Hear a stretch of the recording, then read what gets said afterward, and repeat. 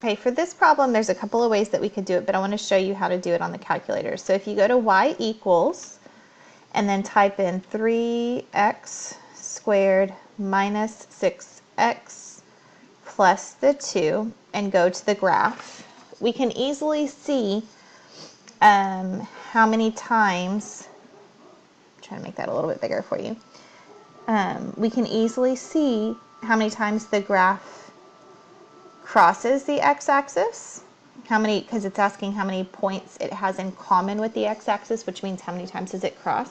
And you can see that it crosses right here, and then again over here.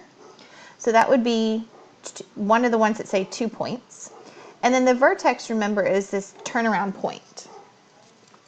So in this case, it's a minimum value for this quadratic. And so you can see that that is in fact below the x-axis. So our correct answer would be B.